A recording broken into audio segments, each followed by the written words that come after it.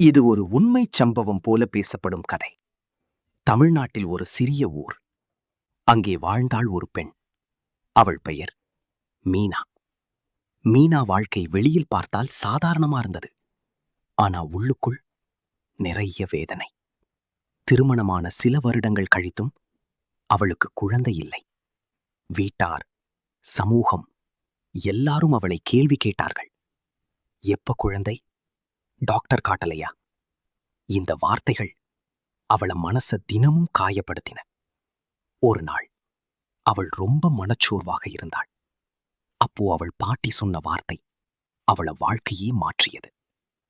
முருகன் கிட்ட மனசார வேண்டு, அவன் உன்னை ஏமாற்ற மாட்டான். அந்த நாள் முதல் மீனா ஒரு முடிவெடுத்தாள். ஒவ்வொரு சஷ்டி நாளும் விரதம் இருக்கணும் என்று அவள் ஆரம்பிச்சாள். முதல் சஷ்டி பசி, தாகம், சோர்வு.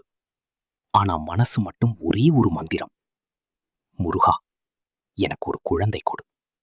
நாட்கள் கடந்து போனது, மாதங்கள் ஆனது. 6 சஷ்டி, 12 சஷ்டி. ஆனா எந்த மாற்றமும் இல்லை. ஒரு நாள் அவள் உடைந்து போனாள். முருகா, நான் இவ்வளவு நாளா வேண்டேன், என்னால முடியல என்று அழுதாள். அந்த இரவு ஒரு அதிசயம் நடந்தது. அவள் கனவில் ஒரு பிரகாசமான ஒளி. அந்த ஒளிக்குள் இருந்து வந்தார் ஒரு சிறுவன். கையில் வேல், முகத்தில் புன்னகை. அவன் சொன்னான், என்னை அழைத்தாய், நான் வந்துட்டேன். அடுத்த சஷ்டிக்கு முன் உன் வாழ்க்கை மாறும். மீனா திடுக்கிட்டு விழித்தாள். அவள் உடம்பு முழுக்க கூஸ்பம்ஸ். இது கனவா இல்ல உண்மையா? அடுத்த சில நாட்களில் அவளுக்கு உடம்பு சோர்வாக இருந்தது. டாக்டர் பார்த்தபோது ஒரு செய்தி, அவள் கர்ப்பமாக இருந்தாள். அந்த நிமிஷம் அவள் கண்ணீர் விட்டாள். முருகா, நீ உண்மையா வந்துட்டியா? 9 மாதங்கள் கழித்து ஒரு அழகான ஆண் குழந்தை பிறந்தது.